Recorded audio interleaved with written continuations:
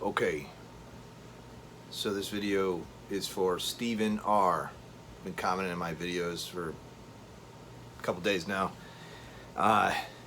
You like doing the repair work and you enjoy it, right? But you don't know what to charge, and it's a whole thing. Well, I guess that's where the business advice comes in. You know, you got to decide, like, you want to make money with this, or is this like a hobby? You just want to help your family out or your friends out or whatever it is.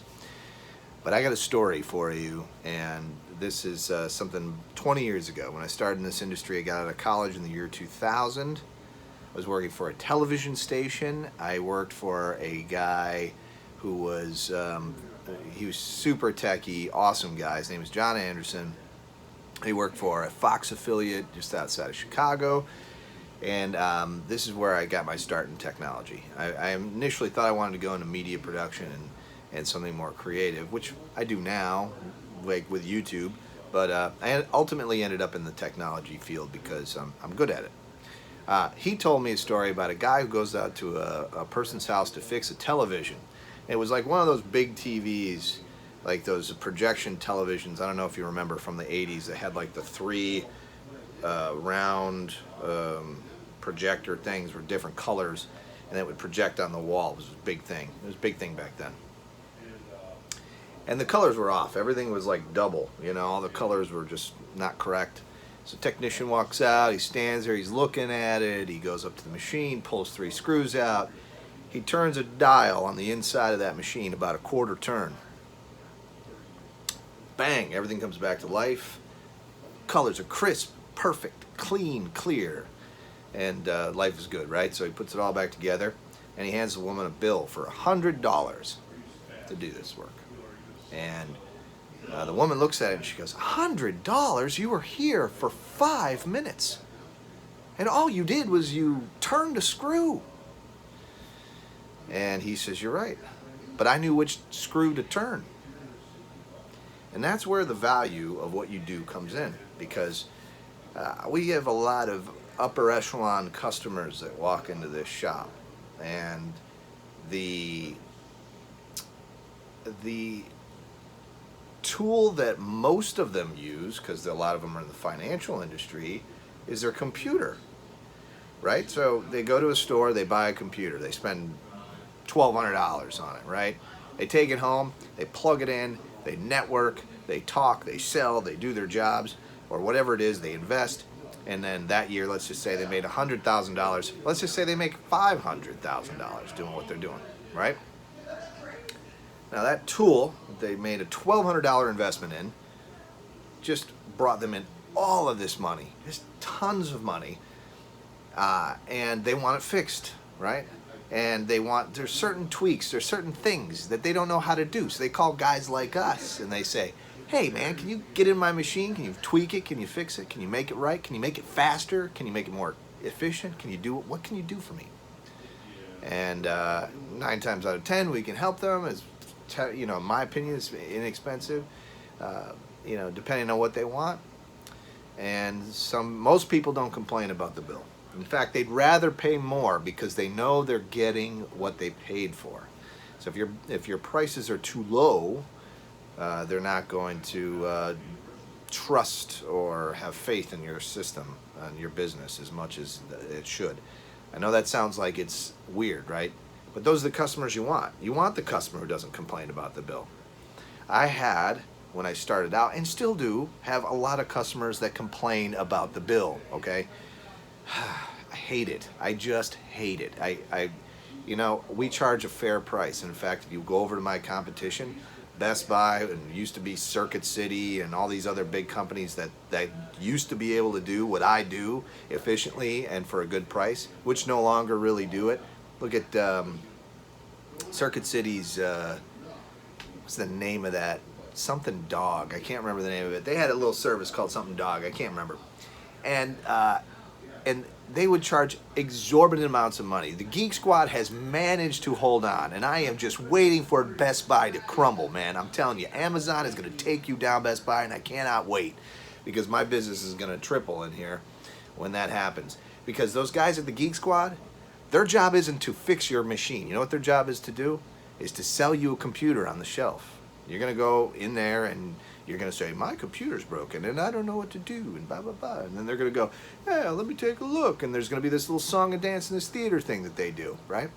And then they're going to tell you after a day or 2 or 10 days that you don't have your computer.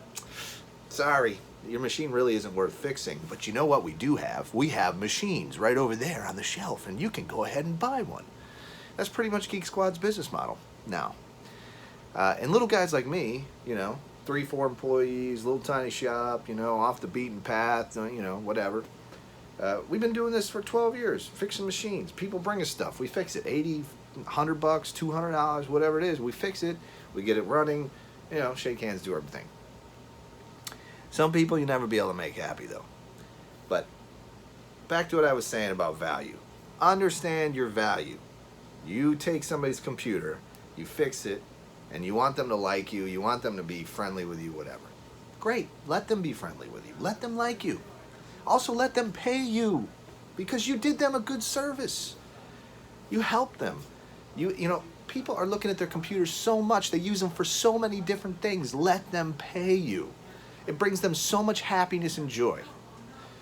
And you're removing the frustration from that situation. You're taking it away by helping them and fixing it.